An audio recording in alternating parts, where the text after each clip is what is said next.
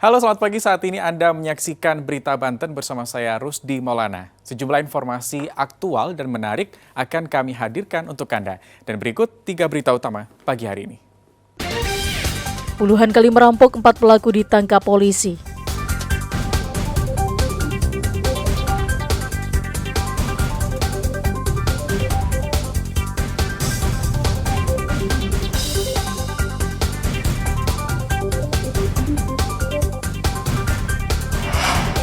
Mediasi soal penerbitan surat tanah berlangsung ricuh.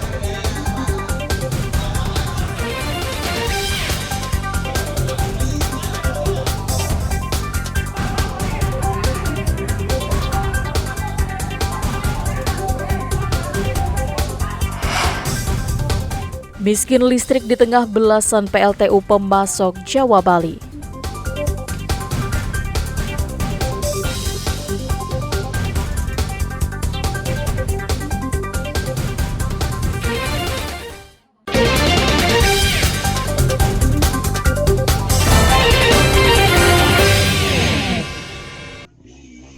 Meski seringkali ditindak, namun pelaku kejahatan masih terus membuat warga resah. Banyaknya CCTV yang dipasang warga pun tidak membuat pelaku kejahatan gentar. Di Kabupaten Tangerang, komplotan perampok minimarket di Kecamatan Balaraja, Kabupaten Tangerang, membobol ruko dengan menjebol rolling door. Komplotan ini menggasak isi ruko seperti rokok, makanan ringan, tabung gas, dan uang tunai. Namun sepandai-pandainya tupai melompat, pasti akan terjatuh juga. Kiasan terbukti setelah polisi mengikuti gerak-gerik mereka hampir 2 pekan. Hasilnya 4 dari 6 pelaku dibekuk anggota Satreskrim Polresta Tangerang. 2 pelaku ditangkap di Cikupa dan 2 orang lainnya ditangkap di Pedongkelan, Jakarta Barat. Sementara 2 orang lainnya masih dalam pengejaran tim Resmob. Komplotan yang ditangkap polisi ini merupakan sindikat pelaku perampokan minimarket lintas kota. Tak hanya di Kabupaten Tangerang, komplotan ini juga beberapa kali melakukan perampokan di Tangerang Raya. Sudah 23 minimarket dan toko sembako dibobol komplotan ini. Mirisnya, uang hasil kejahatan digunakan untuk membeli narkoba jenis sabu-sabu dan berfoya-foya. Untuk TKP yang sudah dilakukan oleh tersangka, kurang lebih ada 23 TKP yang tersebar di Kota Tangerang, Tangerang Selatan, dan Tangerang Kabupaten. Kemudian untuk inisial daripada tersangka, sesuai dengan peranannya masing-masing, ini ada saudara A dan dia peranannya memantau daripada situasi TKP. Kemudian saudara H, dia selaku eksekutor atau pelaku yang mengambil ataupun merusak daripada kunci teralis TKP. Kemudian saudara T berperan memantau juga, dan kemudian yang menyiapkan sarana kendaraan adalah saudara HS. Akibat perbuatannya, para pelaku dijerat pasal 363 KUHP dengan ancaman kurungan penjara paling lama 7 tahun. Ariel Maranus dan Syabudinatar melaporkan dari Kabupaten Tangerang.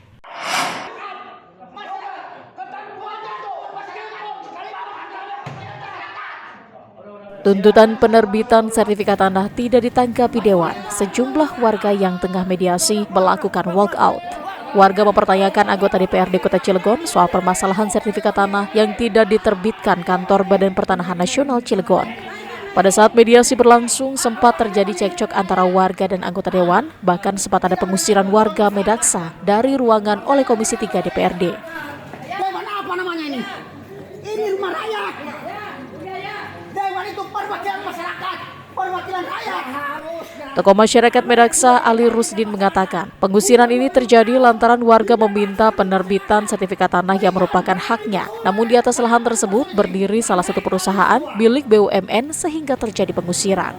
Selanjutnya, sudah hampir 50 tahun, ratusan warga yang menempati lahan di atas 20.000 meter persegi ini tak kunjung mendapatkan sertifikat tanah. Padahal warga sudah mengajukan berkali-kali ke DPRD maupun Kantor Badan Pertanahan Nasional, namun sampai saat ini sertifikat atau adjudikasi tak kunjung diterbitkan. Jika tuntutan warga kali ini kembali tidak digubris, warga Medaksa mengancam akan melakukan aksi serupa sampai tuntutan mereka dipenuhi. Sesuai dengan Undang Agraria nomor 5 tahun 60, Peraturan Pemerintah nomor 20 tadi itu pasal 7 ayat 2 nomor 20 tahun 2001. Kita menempati lahan itu 20 tahun, ya, udah jadi perkampungan, ya, udah jadi perkampungan. berikan hak masyarakat, terbitkan sertifikat. Sekalipun di atas tanah itu ada hak yang melekat, kata hak guna bangun, ya HPL, cabut kata presiden. Sebelumnya, warga lingkungan Medaksai juga telah berunjuk rasa di kantor Badan Pertanahan Kota Cilegon. Ariel Maranus dan Rico Alfredo melaporkan dari Kota Cilegon. Saat ini, Komisi Pemilihan Umum Daerah Banten sedang memproses penyortiran dan pelipatan surat suara untuk DPRD Provinsi Banten. Dari 8 kota dan kabupaten Provinsi Banten, hanya Kabupaten Pandeglang dan Lebak saja yang belum mendapatkan surat suara DPRD Provinsi. Dalam penyortiran di 6 kabupaten kota, KPU menemukan ada sebanyak 3.593 lembar surat suara yang rusak. Untuk Dapil Banten 2 meliputi Kabupaten dan Kota Serang, serta Kota Cilegon ditemukan sebanyak 1.223 lembar surat suara rusak. Sementara untuk Dapil Banten 3 yang meliputi Tangerang Raya, ditemukan surat suara rusak sebanyak 2.370 lembar.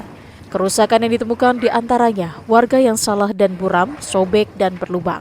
Diperkirakan jumlah kerusakan surat suara masih akan bertambah karena 2 daerah di Banten, yakni Kabupaten Lebak dan Pandeglang, belum melakukan sortir dan pelipatan surat suara.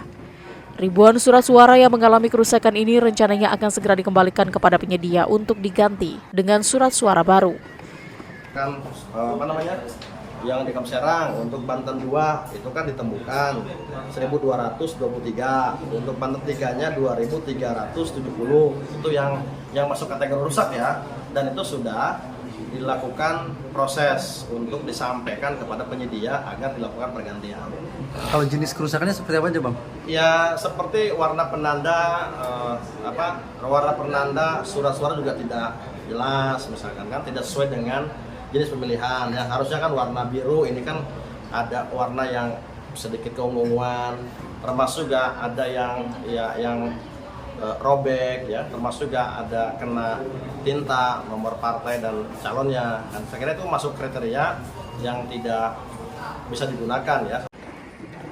Jumlah surat suara yang akan diganti dipastikan sesuai dengan yang dicantumkan di dalam berita acara tanpa ada penambahan maupun pengurangan sesuai dengan jumlah daftar pemilih tetap. Ariel Maranus dan Ahmad Sayuti melaporkan dari Kabupaten Pandeglang. Sejak Rabu pagi, penumpang mengantre di counter check-in Terminal 2 Bandara Soekarno-Hatta, Kota Tangerang. Para penumpang umumnya kelompok keluarga yang ingin menikmati libur akhir tahun, destinasi wisata, dan kampung halaman. Namun yang menarik tidak hanya penerbangan domestik, penerbangan internasional juga dipadati penumpang. Pengelola Bandara Soekarno-Hatta mencatat tren peningkatan jumlah penumpang pesawat kembali terjadi setelah 2 hari sebelumnya mengalami penurunan jumlah penumpang. Jumlah penumpang pesawat diperkirakan mencapai 135.000 atau naik 7% jika dibanding hari biasa. Begitu juga pergerakan pesawat mencapai 1.015 penerbangan. Bahkan pada 2 periode, peningkatan jumlah penumpang luar negeri naik cukup signifikan. Bahkan pada periode awal Desember hingga saat ini, tercatat ada 292.000 WNI yang keluar negeri melalui Bandara Soekarno-Hatta. Jumlah ini naik 40% jika dibanding Desember periode tahun 2022. Rute luar negeri yang menjadi tujuan favorit, Singapura, Kuala Lumpur, dan Jeddah. Salah satu penumpang mengatakan akan menghabiskan akhir tahun 2023 dengan wisata religi ke Tanah Suci selama 10 hari. Hal ini memang sudah direncanakan jauh hari. Kenapa memilihnya di akhir tahun ini? Ya karena libur juga. Oh, rencananya sama siapa ke sana? Sama suami. Kalau boleh tahu ini udah direncanakan jauh-jauh hari nggak sih? Enggak. Oh, dadakan. Iya. Oh, terus rencana di sana tuh ngapain aja selain ibadah? Apakah jalan-jalan atau gimana? Khususkan untuk ibadah. Oh, gitu. Pengelola Bandara Soekarno-Hatta memprediksi puncak arus libur tahun baru akan terjadi pada Jumat, tanggal 29 Desember, seiring dengan hari terakhir karyawan bekerja untuk mendapatkan libur bersama. Ariel Maranus dan Taufik Saleh melaporkan dari Kota Tangerang.